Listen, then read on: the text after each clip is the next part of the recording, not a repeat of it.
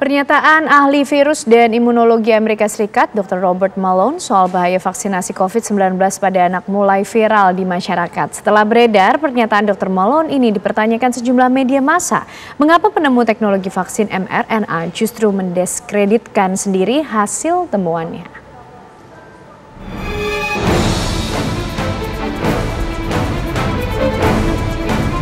Sejak vaksin COVID-19 pada anak usia 6-11 tahun akhirnya sudah mulai diberikan, kini publik justru dikejutkan dengan beredarnya sebuah video soal bahaya vaksin pada anak. Penemu vaksin mRNA dan vaksin DNA, Dr. Robert Malone, menyebarkan sebuah video. Ia menjelaskan bahwa platform dasar vaksin COVID-19 yang didasari pada penemuannya itu justru memiliki efek kesehatan yang membahayakan pada anak. Video ini awalnya beredar di media sosial Amerika Serikat dan kini mulai merambah ke dalam negeri. My name is Robert Malone.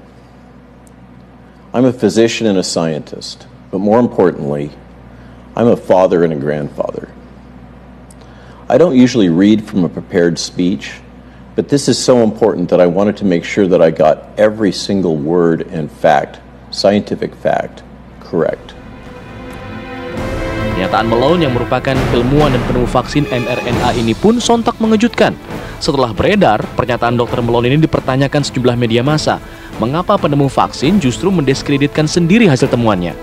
Bantahan juga datang dari beberapa artikel kesehatan di Amerika yang menyebutkan bahwa Lembaga Obat-obatan Amerika Serikat sudah menyetujui penggunaan vaksin untuk anak pada 29 Oktober 2021 lalu dan sudah dikonfirmasi keamanan dan efikasinya. Dr. Robert Wallace Malone adalah ahli virus dan imunologi Amerika. Karyanya berfokus pada teknologi mRNA, obat-obatan, dan penelitian penggunaan kembali obat.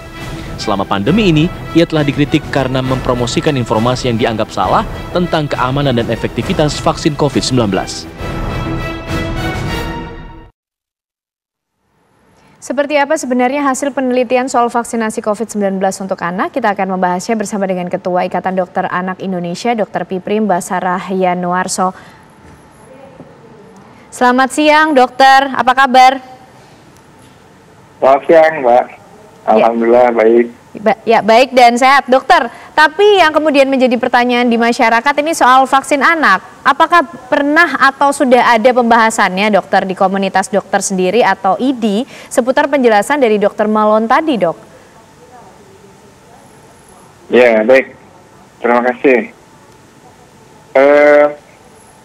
Jadi masalah safety untuk vaksin ini ya, saya kira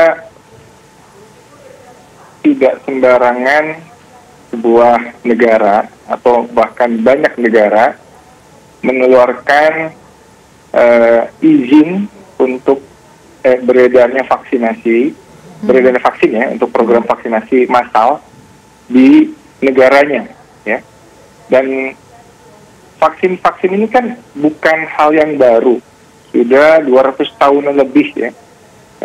Vaksin-vaksin itu mulai dari vaksin yang cacar ya, yang diproduksi pertama, hingga vaksin-vaksin dengan platform yang baru yang sekarang ini. Dan safety-nya itu melalui banyak sekali penelitian-penelitian ya, mulai dari uji coba ke hewan, kemudian ke relawan dewasa, kemudian ke populasi dewasa, baru anak remaja, dan kemudian anak lebih kecil.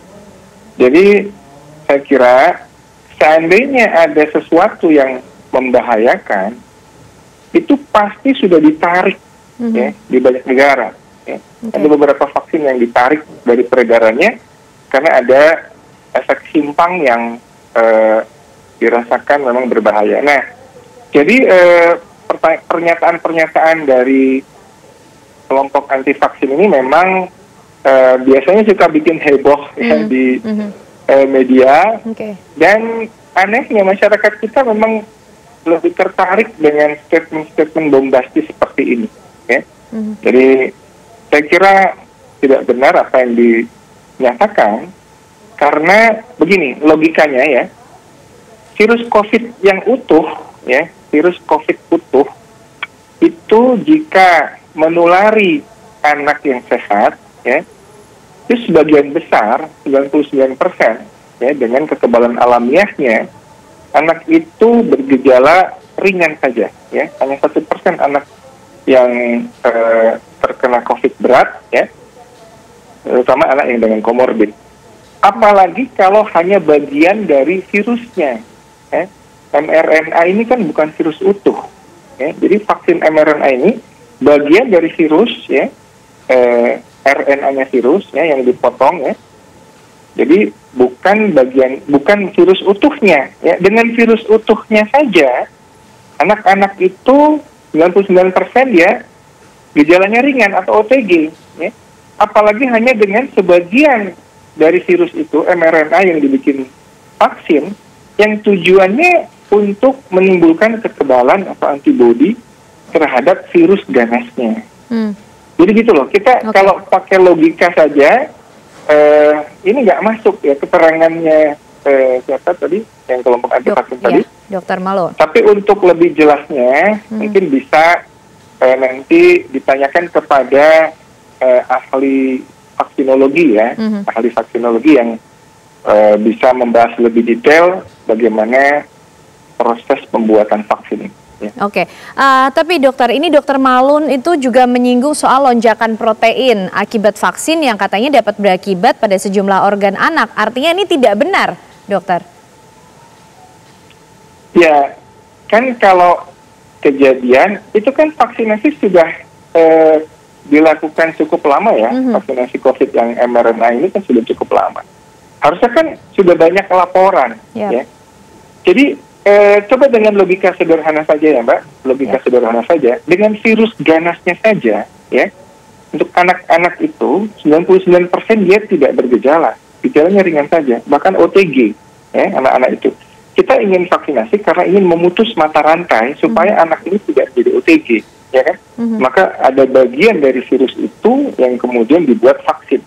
Jadi kalau dengan virus utuhnya saja anak-anak itu tidak bermasalah, apalagi hanya dengan bagian dari virus tadi yang tujuannya memang hanya untuk merangsang imunitas spesifik, dalam hal ini pembentukan antibodi.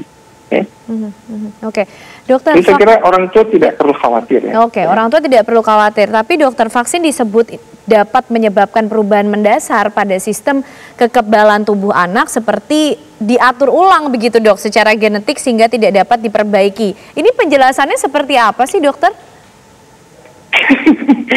Ya, tanyalah sama dokter Malone tadi. Tapi kan nggak masuk akal ya. Nggak masuk akal. Buat saya ini nggak masuk akal sama sekali ya.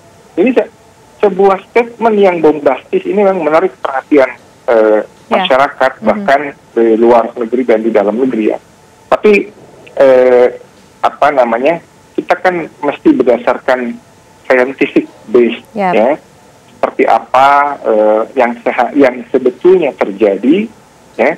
Makanya nanti coba diklarifikasi lagi juga dengan pakar vaksinologi ya, mungkin dari Bio Farma atau dari yang lainnya seperti apa sebetulnya. Tapi saya sebagai klinisi ya, di organisasi profesi, selama sepanjang karir saya menjadi dokter anak ya, vaksin itu yang ada malah membuat penyakit-penyakit yang ganas dan berbahaya menjadi hilang. Ya. Justru kalau cakupan vaksinasi menurun, penyakit-penyakitnya muncul kembali seperti difteri, tetanus, polio, ya, pertusis, ya. Justru dampak vaksinasi itu ketika cakupannya menurun, masyarakat galau, ya, galau massal, ya, ada 40% saja masyarakat galau massal, cakupan vaksinasi menurun di bawah 60%, itu kejadian luar biasa atau wabah penyakit itu bisa terjadi kembali. Jadi ini hati-hati dengan mensikapi statement-statement kelompok anti vaksin seperti ini yang bisa membahayakan kesehatan masyarakat kita. Ya. Nah, lalu himbauannya berarti dokter untuk masyarakat menyikapi pernyataan-pernyataan seperti ini yang mungkin belum juga bisa dipertanggungjawabkan sehingga tidak mempengaruhi sikap dan justru memberikan dampak negatif di tengah masyarakat, seperti apa dokter? Ya, yang pertama, cobalah lebih cerdas memilah informasi yang masuk ya. Jangan hanya sekedar ini ada dokter asing, dokter bule, produsen yang bikin ini begitu ya. Kemudian kita percaya mentah-mentah saja ya. Selalu mencari sumber informasi yang kompeten ya, yang kompeten. Dan lihatlah di lapangan seperti apa. Vaksinasi ini kan udah lama ya. Ini bukan hal baru gitu. Dan yang dampak dari vaksinasi itu kita bisa rasakan sendiri, ya, bisa kita rasakan sendiri. Jadi menurut saya orang tua itu jangan terlalu cepat menerima sumber-sumber yang tidak jelas, apalagi hanya sekedar dari WA group yang menyebar kemana-mana, ya. Tapi cobalah gunakan logika, ya, dan kemudian cari informasi dari sumber-sumber yang kompeten dan bisa dipercaya. Ya, kalau untuk vaksinasi bolehlah lihat sumber dari Ikatan Dokter Anak Indonesia, ya, dari IDI, ya, kemudian juga dari lembaga-lembaga lain yang memang scientific based, ya, saya kira itu. Oke, baik, terima kasih Dr. Piprim Basarah Yanuarso, Ketua Ikatan Dokter Anak Indonesia, sudah berbagi penjelasannya bersama kami di Kabar Siang. Sehat selalu, Dok. Ya, makasih Mbak.